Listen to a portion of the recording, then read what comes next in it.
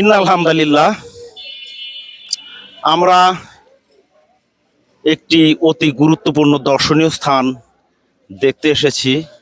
বাংলাদেশে অনেক দর্শনীয় স্থান আছে, গুরুত্বপূর্ণ স্থাপনা আছে। তার মধ্যে চাঁপাইনবাবগঞ্জের সোনা মসজিদ, অর্থাৎ ছোট সোনা মসজিদ, সেই মসজিদের মূল ফটকের কাছে এসে দাঁড়িয়ে আপনাদেরকে ব্রিফিং দিচ্ছি। চলেন যাই একটু ভিতরে গিয়ে দেখা যাক প্রাচীন নিদর্শন। মসজিদের মূল ফটকের কাছে এসেছি।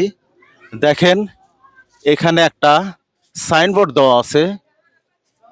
বিদেশি পর্যটক যারা আসে তাদের জন্য ইংলিশ ভাষায়, আর বাংলা ভাষাভাষী মানুষের জন্য বাংলা ভাষায় লেখা আছে। আচ্ছা, দেখে নেই এখানে কিছু পরিচিতি। মূলত বাংলার গৌরবঙ্গ সমতট হরিকেল বিভিন্ন রাজ্যে বিভক্ত ছিল। বিভিন্ন রাজ্য নিয়ে এই বাংলাটা গঠিত। এই মসজিদ 21.88 মিটার ইন্টু 12.35 মিটার। আর মসজিদটি সুলতান আলাউদ্দিন হোসেন শাহ আমলে মনসুর ওয়ালি মোহাম্মদ কর্তৃক 1493 থেকে 1519 খ্রিস্টাব্দের মধ্যবর্তী সময় নির্মিত হয়েছে। আচ্ছা, এখন ভিতরের দিকে যাওয়া যাক।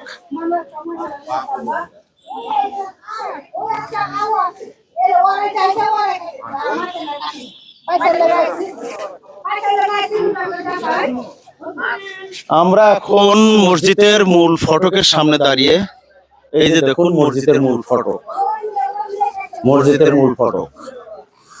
এখন ভিতরে প্রবেশ করছি।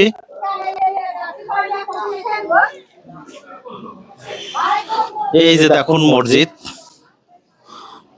অতি নিপুণ কারুকার্যে গড়া। মসজিদে সামনের দেয়ালে মূল্যবান কিছু পাথর লাগানো ছিল। তার মধ্যে কয়েকটি পাথর স্বাধীনতা যুদ্ধের সময় দুষ্কৃতিকারী এরা খুলে নিয়ে গেছে। তার মধ্যে 2টা পাথর আছে দেখতে পাচ্ছি। এই যে একটা, এটা অত্যন্ত মূল্যবান একটা পাথর, অত্যন্ত মূল্যবান পাথর। আর একটি পাথর আছে এই যে এখানে, এইখানে একটি মূল্যবান পাথর আছে। এখানেও ছিল, সেগুলো খুলে নিয়ে গেছে। এই যে এখানেও একটা ছিল, খুলে নিয়ে গেছে।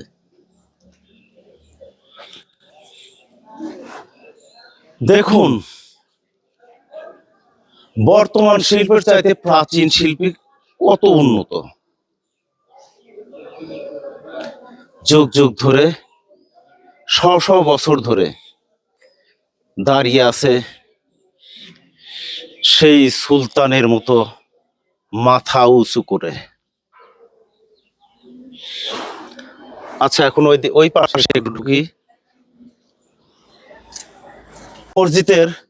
মসজিদের সামনের দিকটা, সামনে অর্থাৎ পশ্চিম সাইডটা দেখে আসি। এই যে দেখেন কত মজবুত পিলার। এগুলো সম্ভবত পাথরের, এগুলো পাথরের সম্ভবত। আর্কিটেকচার বলতে পারবে অ্যাকচুয়ালি এটা কি দিয়ে তৈরি করেছে। আচ্ছা,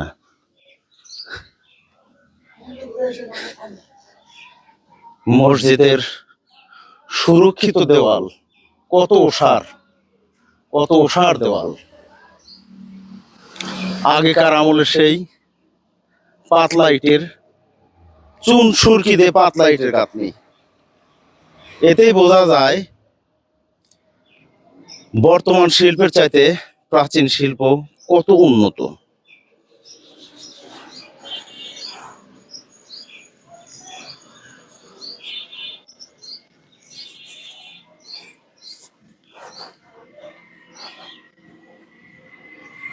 এই যে আরেকটি পিলার, এই যে আরেকটি পিলার, এই পিলার গুলা কি পাথর যে, এটা আর্কিটেকচার ওনারা বলতে পারবে ভালোভাবে। আচ্ছা, এখন ওইদিকে যাই।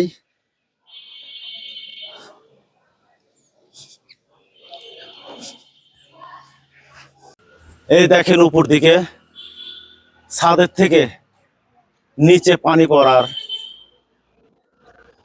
নালা করে দিয়েছে, যা আমরা ড্রেন বা নালা বলি, নালা করে দিয়েছে। আচ্ছা, মসজিদের সবকিছু দেখালাম, এখন একটু ভিতরের সাইড দেখি। আসেন, আপনারা আসেন, ভিতরের সাইড দেখাই আপনাদেরকে।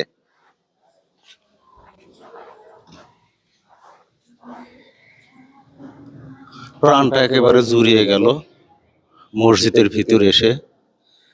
দেখেন কত উঁচু উঁচু গম্বুজ, কত উঁচু উঁচু গম্বুজ। এখানে তেমন ফ্যানের প্রয়োজন নাই। শীত এবং গরম উভয় টাইমে একই রকম টেম্পারেচার এখানে থাকে। আজ থেকে প্রায় 40 বছর আগে আমি এসেছিলাম এখানে, তখন চারদিকে কোনো মানুষজন ছিল না, শুধুই একটা মসজিদ ছিল, মানুষজনের উপস্থিতি কম। আজকে জুমাবার, অনেক মানুষজন এসেছে দর্শন। আচ্ছা, মসজিদের ভিতরের সাইডটা দেখা হয়ে গেল, আপনাদেরকেও দেখাইলাম। এখন চলেন একটু বাইরে যাই। এই যে দেখুন, তৎকালীন আমলে মসজিদের সাথে সংশ্লিষ্ট যারা ছিল তাদের কবর এখানে শায়িত আছে। তাদের পরিচয় আমরা জানি না, আমরা তাদের পরিচয় জানার চেষ্টা করব। পরিচয় জানতে পারলে আপনাদেরকে জানাবো। এই দেখেন আরো অনেকগুলো কবর আছে এখানে, তারা শান্ত হয়ে ঘুমিয়ে আছে।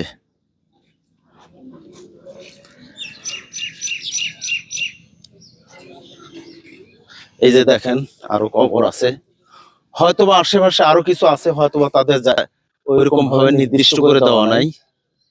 যে কয়টা হয়তোবা নির্দিষ্ট করে দিতে পেরেছে সেই কয়টাই এখানে আছে। এই